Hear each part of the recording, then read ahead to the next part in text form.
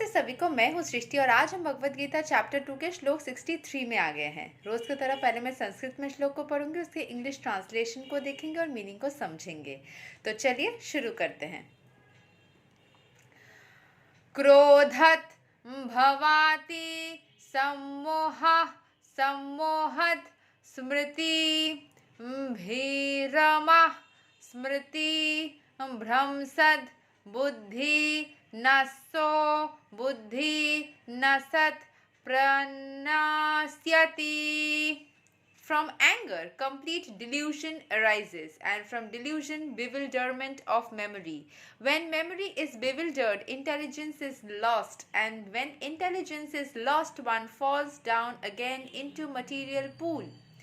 ये मैंने कुछ दिन पहले खुद एक्सपीरियंस किया है। एंड जब भी एंगर होता है ना, कभी भी अगर उसमें कंट्रोल नहीं रख पाते हैं हम, क्योंकि हमने पहले एक वीडियो में मैंने बताया था, हमने पहले के श्लोक्स में लर्न किया है कि साधु सन्यासी भी कभी कभी अपने एंगर के लेवल को, जो कि हमेशा ईश्वर के भावना में रहने वाले लोग हैं, वो भी अपने एंगर के लेवल को अगर क्रॉस कर जाते थे तो फिर गलतियां कर लेते थे।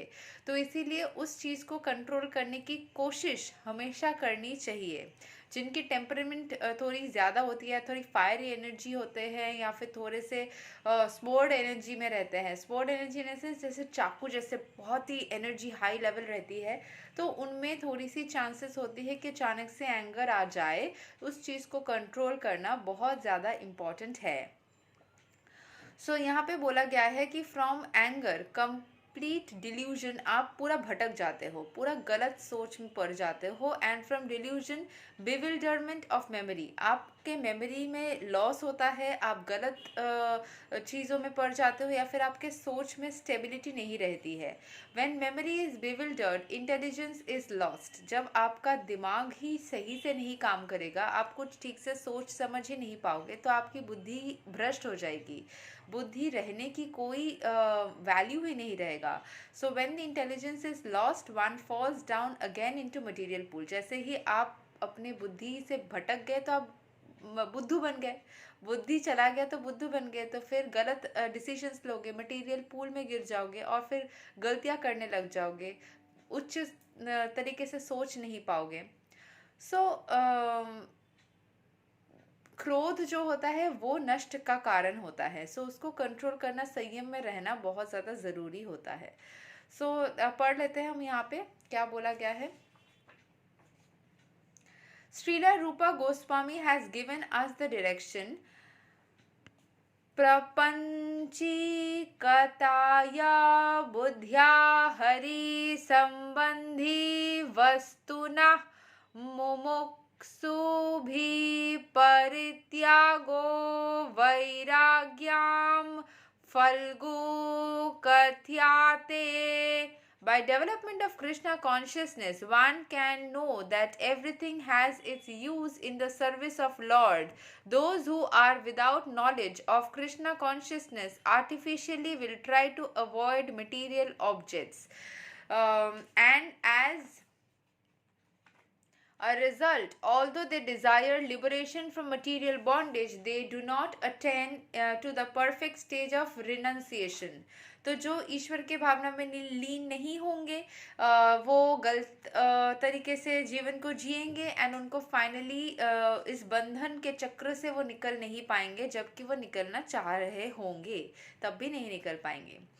मुझे किसी एक सीनियर ने बताया था, एक सीनियर दीदी ने बताया था, ये बात बिल्कुल सच है कि कभी कभी जो एंगर वाला बात आया है ना, कि अगर आपको कोई भी गलत कुछ बोल देता है तो आपको गुस्सा आ जाता है। आपके बारे में किसी ने गलत कमेंट्स कर दिया तो आपको गुस्सा आ सकता है। तो उस चीज़ में आप ऐसा सोच सकते हो कि वो भी इंसान है, आप भी इंसान है, वो कोई सही हमेशा बोले। वो जो भी कमेंट आपके लिए कर रहा है, ज़रूरी नहीं है कि वो सही बोल रहा हो, क्योंकि वो भी इंसान है, गलतियाँ उससे भी हो सकती है। लेकिन उसमें अगर आप रिएक्शंस देने लग जाएंगे तो फिर आपकी एनर्जी वेस्ट हो जाएगी।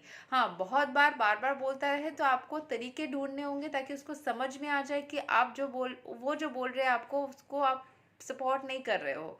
आप चुप हो सकते हो, आप उसको एक बार सुना के चुप हो सकते हो, there are different ways apart from reacting too much, क्योंकि बहुत ज़्यादा रिएक्ट करने से खुद की एनर्जी वेस्ट हो जाती है, टाइम वेस्ट हो जाता है, चीज़ें खराब हो जाती है, मतलब नहीं बनता है।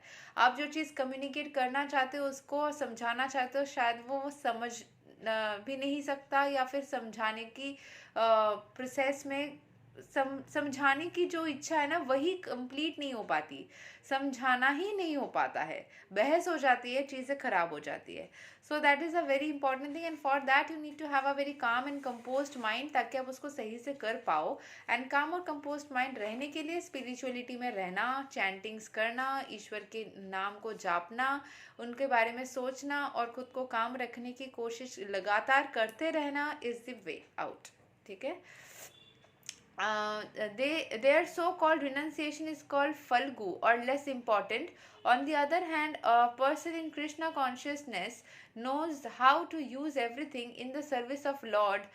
Therefore, he does not become a victim of material consciousness. जो छोटे छोटे चीज़ को सही करना चाहते कि ये हो सही होगा, वो सही, वो छोटे छोटे मटेरियल चीज़ों को सही करते वक्त क्या हो जाता है, उनको लगता है कि मैंने इस चीज़ को सही कर दिया, I got this right, I got this right.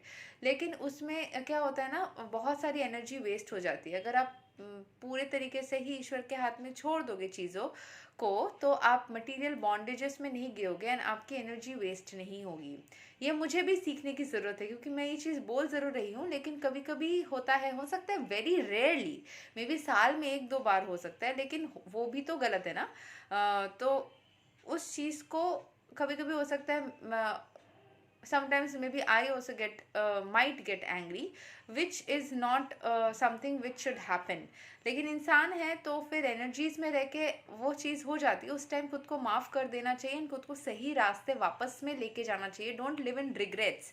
कभी भी अपने गलतियों की वजह से रिग्रेट मत कीजिए, कभी भी गलतियों से खुद को कोसिएगा नहीं कि मैंने ये कर दिया, मैंने ये कर दिया।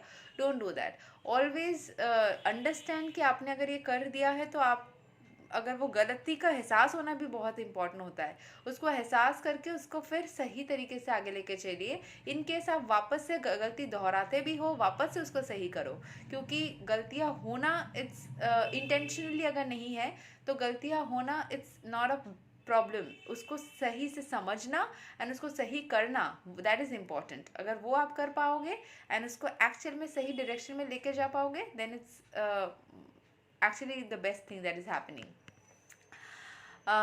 Okay. For example, for an impersonalist, the Lord or the absolute being impersonal cannot eat, whereas an impersonalist tries to avoid good eatables. A devotee knows that Krishna is the supreme enjoyer and he eats all that is offered to him in devotion. जो कुछ लोग खाने पीने को छोड़ देते हैं, तपस्या में लीन हो जाते हैं एंड खुद को और कष्ट देते हैं, ज़्यादा संयम में चले जाके खुद को एक कष्ट वाले ज़िंदगी में देते हैं।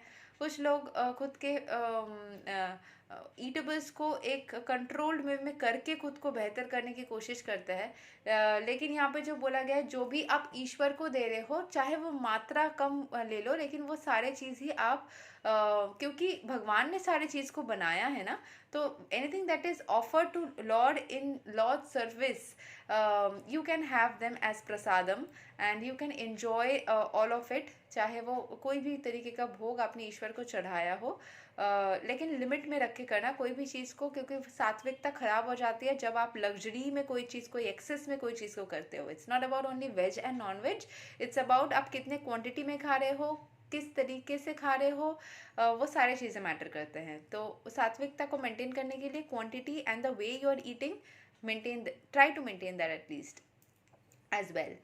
Okay, so after offering good eatables to the Lord, the devotee takes the remnants called prasadam.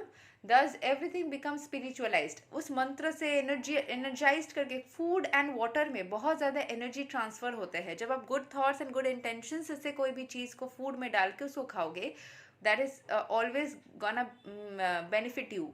तो इसीलिए कोई भी तरीके का खाना कोशिश करिए, पहले वो ईश्वर को ऑफर करेंगे तो खराब सोच से तो नहीं कर पाएंगे ना, उसमें गाली गलौज या खराब थॉट्स, नेगेटिव थॉट्स को डाल के तो ईश्वर को नहीं देंगे।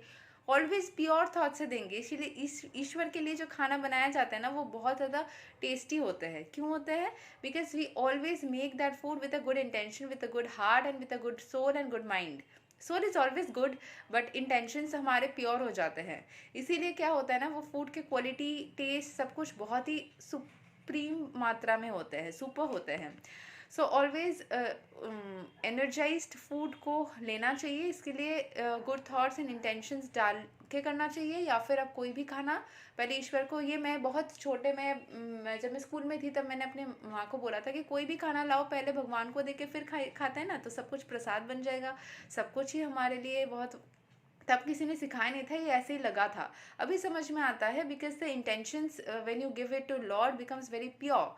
तो उसमें क्या होता है, आप अच्छे एनर्जी वाले फूड खाते हो तो आपकी बॉडी में भी अच्छे एनर्जी ट्रांसफ़र होते हैं, which helps in your body healing, body growth, toxins को आउट करने में। आप हैप्पी होके खा रहे हो तो हैप्पी चीज़ें, happy emotions, happy hormones, happy चीज़ें आपके अंदर ग्रो करने लगती है।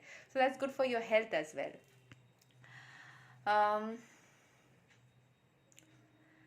Thus, everything becomes spiritualized and there is no danger of a downfall.